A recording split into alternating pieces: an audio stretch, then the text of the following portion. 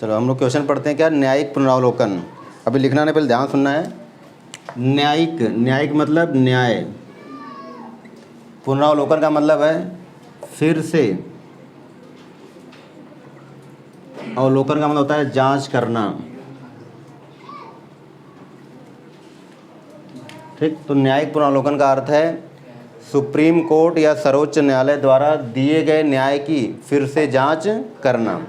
अब इसका क्या मतलब है कि सुप्रीम कोर्ट ने कोई निर्णय दे दिया है और उसे ये लगता है कि ये मेरे निर्णय में कुछ कमी है, या जिसको निर्णय दिया है उसको लगता है कुछ कमी है, तो सुप्रीम कोर्ट अपने ही दिए गए निर्णय की दोबारा जांच पड़ताल करता है। इसे न्यायिक पुनरावलोकन कहा जाता है। और इसका उल्लेख भारतीय संविधान के अनुच्छेद आर्टिकल 137 में है। दोबारा एक बार सुनना, क्वेश्चन दो तीन तरह से आ सकता है कि न्यायिक पुनरावलोकन का उल्लेख किस अनुच्छेद में है, तो आर्टिकल 137। न्यायिक पुनरावलोकन का अर्थ क्या है? सुप्रीम कोर्ट द्वारा दिए गए न्याय की दोबारा जांच पड़ताल करना। अर्थात सुप्रीम कोर्ट को लगता है कि हमने जो निर्णय दिया है उसमें किसी प्रकार की कोई कमी है, तो उसको फिर से जांच करना। इससे लाभ या फ़ायदा क्या है? तो इससे लाभ ये है कि किसी भी व्यक्ति को गलत निर्णय नहीं मिलता है, बल्कि कि इससे जो न्याय में कमी वो भी सुधार कर ली जाती है। तो न्यायिक पुनरावलोकन का सबसे अच्छा उदाहरण है कि लोगों के अधिकारों की सुरक्षा होती है। ठीक, लोगों के अधिकारों की ठीक सुरक्षा होती है। अब एक बार पूरा सुना है, फिर इसका आंसर लिखना है कि न्यायिक पुनरावलोकन का उल्लेख भारतीय संविधान के आर्टिकल 137 में है, पहला पॉइंट। दूसरा है कि न्यायिक पुनरावलोकन का अर्थ है सुप्रीम कोर्ट द्वारा दिए गए न्याय की फिर से जांच पड़ताल करना। अर्थात सुप्रीम कोर्ट को लगता है कि मेरे निर्णय में कोई कमी रह गई है, या कमी ना हो फिर भी अपने निर्णय की वो दोबारा जांच कर लेता है, जिससे कि लोगों के अधिकारों की सुरक्षा हो सके या किसी को गलत न्याय न मिले। ठीक, देखो इसका दूसरा पॉइंट क्या है, दूसरा लाभ क्या है कि इसके माध्यम से विधायिका, अच्छा विधायिका का काम क्या होता है? कानून बनाना, लागू नहीं, कानून बनाना। तो याद रखना कि विधायिका द्वारा ठीक बनाए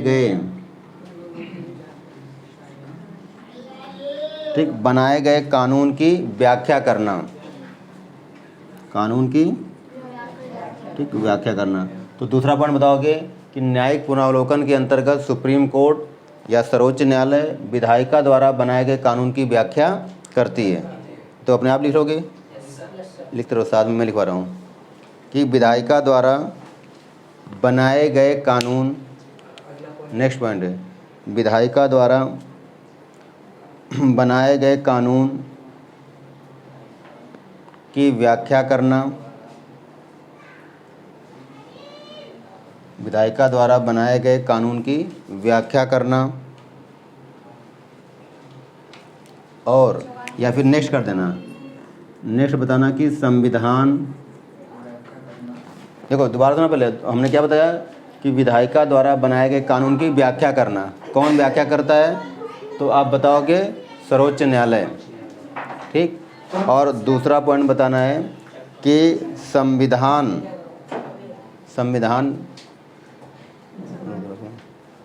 ठीक, इसका दूसरा पॉइंट है कि प्रभावशाली ढंग से, ठीक, प्रभावशाली ढंग से संविधान की रक्षा करना। अब एक बार पूरा सुनना है, पूरा आंसर कंप्लीट हो गया। बताना कि न्यायिक पुनरावलोकन का उल्लेख भारतीय संविधान के अनुच्छेद 137 में है, पहला पॉइंट। दूसरा है कि न्यायिक पुनरावलोकन का अर्थ है सुप्रीम कोर्ट द्वारा दिए गए निर्णय की फिर से जांच करना। अर्थात सुप्रीम कोर्ट को ये लगता है कि मेरे द्वारा दिए गए निर्णय में कोई कमी है, तो उसकी फिर से वह जांच पड़ताल करता है। इससे लाभ क्या है कि न्यायिक पुनरावलोकन के माध्यम से लोगों के अधिकारों की सुरक्षा हो जाती है। दूसरा है कि न्यायपालिका या सुप्रीम कोर्ट विधायिका द्वारा बनाए गए कानून की व्याख्या करता है। और तीसरा है कि न्यायपालिका प्रभावशाली ढंग से संविधान की रक्षा करती है। ये हो गया न्यायिक पुनरावलोकन क्या है और इसके लाभ।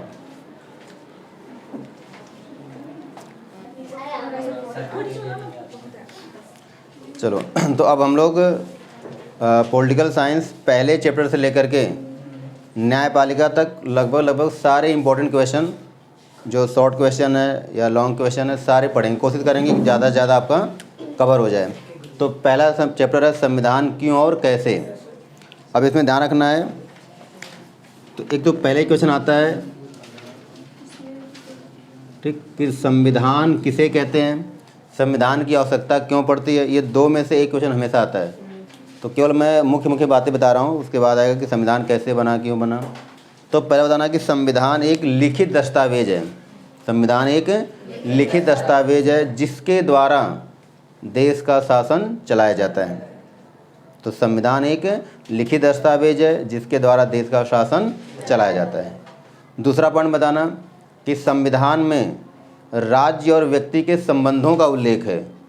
संविधान में राज्य और व्यक्ति के संबंधों का उल्लेख है। राज्य के कुछ अपने कर्तव्य होते हैं और व्यक्ति के कुछ अपने कर्तव्य होते हैं। ये एक दूसरे के कर्तव्यों में हस्तक्षेप न करे, इसके लिए भी संविधान की व्यवस्था की गई। देश का प्रशासन सही तरीके से चलता रहे, इसके लिए भी संविधान की व्यवस्था की गई। अब जो प्रश्न आता है कि भारतीय संविधान की मांग तो बहुत पहले की हुई थी। मांग केवल मैं शॉर्ट में बता दे रहा हूँ कि 1895 में बाल गंगाधर तिलक ने पहली बार संविधान की मांग की, लेकिन उनकी बात को नहीं माना गया। तो क्वेश्चन आ सकता है कि संविधान की मांग सबसे पहले कब और किसने की। तो बाल गंगाधर तिलक ने की। और कब की? तो 1895, लेकिन उनकी बात को नहीं माना गया। फिर आता है कि उसके बाद महात्मा गांधी ने 1922 में संविधान की मांग की, नहीं माना गया। फिर एम.एन. रॉय ने भी मांग की, नहीं माना गया। तो प्रश्न आता है माना कब गया। तो आपके पेपर में आ सकता है क्वेश्चन कि भारतीयों को संविधान बनाने की अनुमति कब मिली। ठीक, क्या करने की? संविधान बनाने की अनुमति। तो संविधान बनाने की अनुमति, ठीक। अब यहाँ पे 3 क्वेश्चन कब मिली, तो याद रखना कि 1946। एक क्वेश्चन तो ये हो गया कि भारतीयों को संविधान बनाने की अनुमति कब मिली, 1946। प्रश्न आएगा किसके द्वारा, तो कैबिनेट मिशन के द्वारा। ठीक, कैबिनेट मिशन के द्वारा। ठीक, एक ही ध्यान रखना, जैसे मैं पूछ रहा हूँ तो आ रहा है तो अच्छी बात, नहीं आ रहा है तो भी अच्छी बात। इसलिए अच्छी बात है कि आप अब आ जाएगा, लेकिन बीच में गलती बोलोगे तो लगेगा कि वो कुछ आता जाता नहीं है। तो क्लियर बोलना है, ठीक है। तो संविधान बनाने की अनुमति कब मिली, 1946। किसके द्वारा, कैबिनेट।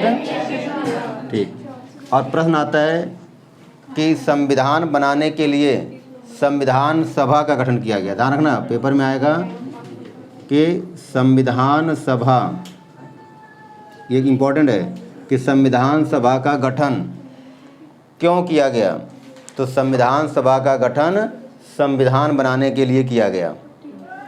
तो क्वेश्चन है, मैं पूछूंगा, अगर कोई आंसर देगा तो अच्छी बात है। देखते हैं पहला क्वेश्चन क्या है कि भारतीय संविधान किसके द्वारा बनाया गया। हाँ, तो याद रखना कि ज़्यादातर लोग कहेंगे भीमराव अम्बेडकर, लेकिन गलत है। तो भारतीय संविधान किसके द्वारा बनाया गया, संविधान सभा के द्वारा। क्यों? क्योंकि संविधान कोई एक व्यक्ति नहीं बना सकता, बल्कि पूरा लोगों ने मिल के बनाया। तो क्वेश्चन क्या हो गया कि संविधान सभा के द्वारा संविधान का गठन किया गया। ध्यान रखना। तो प्रश्न आ गया कि संविधान का गठन या संविधान का निर्माण किसके द्वारा किया गया, संविधान सभा। तो प्रश्न आता है कि फिर भीमराव अम्बेडकर को संविधान का जनक क्यों कहते हैं। प्रश्न आ सकता है ना कि संविधान का जनक किसे कहा गया, भीमराव अम्बेडकर को। क्यों? तो याद रखना कि उन्होंने संविधान का स्वरूप या ढांचा तैयार किया था, स्ट्रक्चर।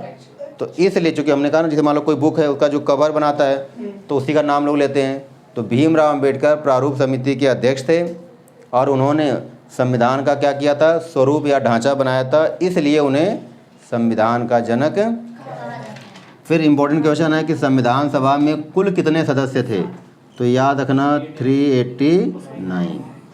ठीक, कुल सदस्य थे 389। दूसरा क्वेश्चन कि जब भारत का विभाजन हुआ तब संविधान सभा में कितने सदस्य थे, तो याद रखना कि विभाजन के बाद कितने सदस्य थे, 299 सदस्य। बात नहीं करना है, याद रखना यहाँ से कोई भी क्वेश्चन आ सकता है, कन्फ्यूजन नहीं करना है। पहले थे 389, विभाजन के बाद 299, और संविधान पर हस्ताक्षर कितने लोगों ने किया, तो याद रखना कि हस्ताक्षर हुआ था 284। इतने सदस्यों ने क्या किया, हस्ताक्षर। ये सारे क्वेश्चन हैं कि संविधान सभा पर अंतिम रूप से संविधान पर हस्ताक्षर कितने लोगों ने किया, 284। ठीक है। फिर यहीं पे दूसरा क्वेश्चन इंपॉर्टेंट है कि संविधान सभा के सदस्य किस प्रकार चुने गए, तो अप्रत्यक्ष रूप से। किसके द्वारा, अब अप्रत्यक्ष को पहले बता दे रहा हूँ होता क्या है, हालांकि आपको व्याख्या नहीं पूछेगा, लेकिन फिर भी अप्रत्यक्ष का मतलब होता है कि जिसे जनता खुद नहीं चुनती। अब यहाँ इसको मैं बता दे रहा हूँ, देखो जैसे ये आपका है, ऐसे इसका मतलब संविधान सभा। ठीक, यहाँ पे है विधान सभा, ध्यान सुना पहले, और यहाँ पे है जनता। जनता ने किसको चुना, विधानसभा के सदस्यों को, और विधानसभा के सदस्यों ने किसको चुना, संविधान सभा के सदस्यों को। तो यही हो गया कि संविधान सभा के सदस्य अप्रत्यक्ष रूप से जनता द्वारा चुने गए। तो याद रखना कि अगर पेपर में आ गया कि संविधान सभा के सदस्य किस प्रकार चुने गए, तो अप्रत्यक्ष रूप से, किसके द्वारा, जनता द्वारा। तो अप्रत्यक्ष समझ में आ गया। अब इसमें फिर आता है क्वेश्चन कि संविधान सभा की पहली बैठक पहले तो कब हुई थी, 9 दिसंबर 1946। तो याद रखना कि 9 दिसंबर 1946। दूसरा इंपॉर्टेंट क्वेश्चन, इसके अध्यक्ष कौन थे, तो इसके अध्यक्ष थे, देखो डॉक्टर तो हैं लेकिन राजेंद्र नहीं है, यह सच्चिदानंद सिन्हा। अरे हो गया, बता रहा हूँ। अब देखो जब पेपर में आएगा कि पहली बैठक जब हुई तो अध्यक्ष कौन थे, तो यही थे। फिर चूँकि उसके बाद इनका उसी दिन देहांत हो गया था, तो 2 दिन बाद फिर से बैठक हुई, तो इसलिए याद रखना कि डॉक्टर सच्चिदानंद सिन्हा संविधान सभा के पहले अस्थायी अध्यक्ष थे। तो क्वेश्चन 2 तरह से आ सकता है। एक तो आएगा कि संविधान सभा के पहले अस्थायी अध्यक्ष कौन थे, तो डॉक्टर सच्चिदानंद सिन्हा। और अगर ये आ जाए कि संविधान सभा की पहली बैठक के अध्यक्ष कौन थे, तो भी यही पहली बैठक, क्योंकि पहली बैठक कब हुई, 9 दिसंबर। हमने कहा कि इनकी जब मृत्यु हो गई तो यही बैठक फिर कब हुई, 11 दिसंबर को। ठीक, 11 दिसंबर 1946 को यही बैठक क्या हुई, दोबारा हुई। और जब दोबारा बैठक हुई तो इसके अध्यक्ष थे डॉक्टर राजेंद्र प्रसाद। ठीक, और याद रखना यही क्या है, भारतीय संविधान के पहले स्थायी अध्यक्ष। तो 2 क्वेश्चन हो गया, संविधान सभा के पहले स्थायी अध्यक्ष डॉक्टर राजेंद्र प्रसाद, संविधान सभा के पहले अस्थायी अध्यक्ष डॉक्टर सच्चिदानंद सिन्हा।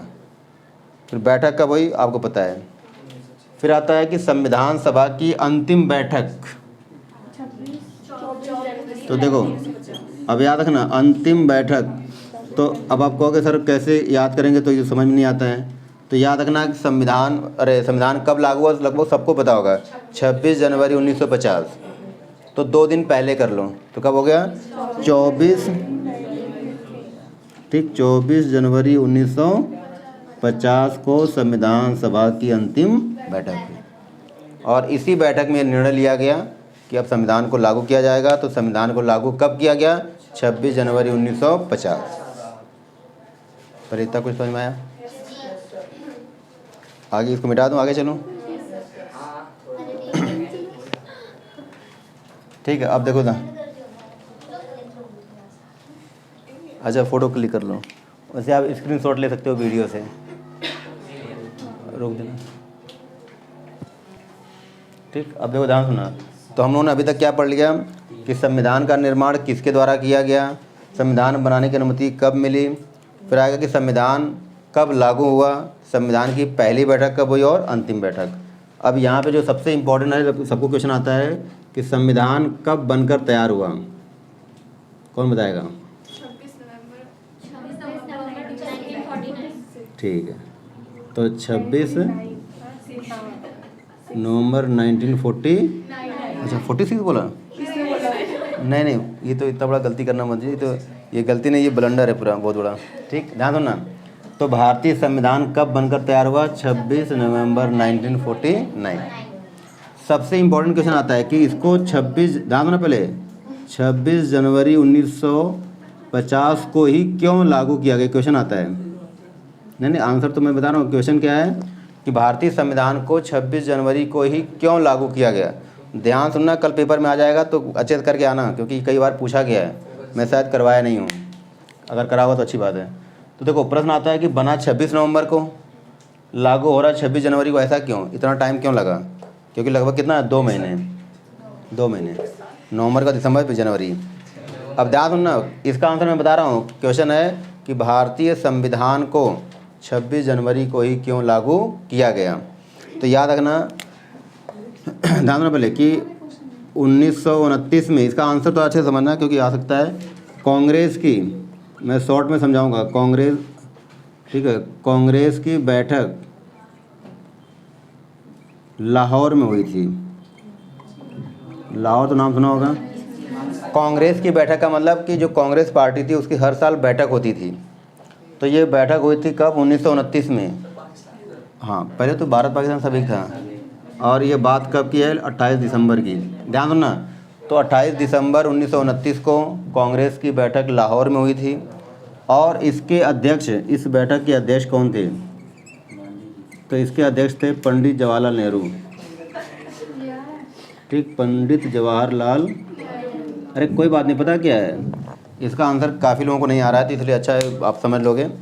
तो 1929 में बैठक हुई थी, लाहौर में हुई थी। किसकी बैठक हुई थी? कांग्रेस की हुई थी। अध्यक्ष कौन था? पंडित जवाहरलाल नेहरू।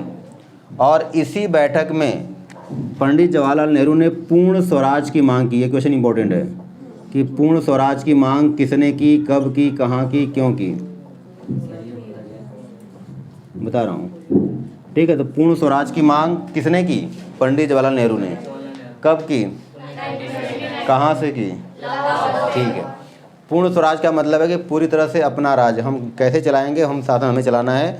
तो अंग्रेज़ों से इन्होंने मांग किया था कि हमें पूरी तरह से अपना राज दे दो, लेकिन अंग्रेज़ों ने इनकी बात को, तब इन्होंने क्या किया था ना कि पूर्ण स्वराज की मांग की। और इन्होंने ही पहली बार 26 जनवरी, दिसंबर के बाद क्या आता है? 26 जनवरी 1929 के बाद क्या आएगा? ठीक, 26 जनवरी 1930 को लाहौर लिखा है। लाहौर किस नदी किनारे? रावी नदी के। ठीक है, तो याद रखना, इन्होंने पहली बार 26 जनवरी 1930 को रावी नदी के तट पर, रावी नदी के, ठीक, तट पर पहली बार तिरंगा फहराया। ध्यान रखना, पहली बार तिरंगा फहराकर स्वतंत्रता दिवस मनाया। ठीक, स्वतंत्रता दिवस मनाया। इसी दिन को यादगार बनाने के लिए संविधान को 26 जनवरी 1950 को लागू किया गया। मतलब इनको पता था कि नवंबर में तो बन गया, इनको लगा कि अगर हम 2 महीने बाद लागू करेंगे तो ये दिन हमेशा के लिए अमर हो जाएगा। तो याद रखना, दोबारा एक बार सुनना पूरी कहानी कि 28 दिसंबर 1929 को कांग्रेस की लाहौर में बैठक चल रही थी, जिसके अध्यक्ष पंडित जवाहरलाल नेहरू थे। इन्होंने पूर्ण स्वराज की मांग की, लेकिन अंग्रेज़ों ने इनकी मांग को नहीं माना। तब इन्होंने 26 जनवरी 1930 को रावी नदी के तट पर तिरंगा फहराकर पहला स्वतंत्रता दिवस मनाया। इसी दिन को यादगार बनाने के लिए संविधान को 26 जनवरी को लागू किया गया। तो क्वेश्चन आ जाए कि 26 जनवरी को ही भारतीय संविधान क्यों लागू हुआ, ये इसकी पूरी कहानी है। मिटा दूँ आगे? हाँ, फ़ोटो क्लिक कर सकते हो, मैं आगे चलता हूँ फिर।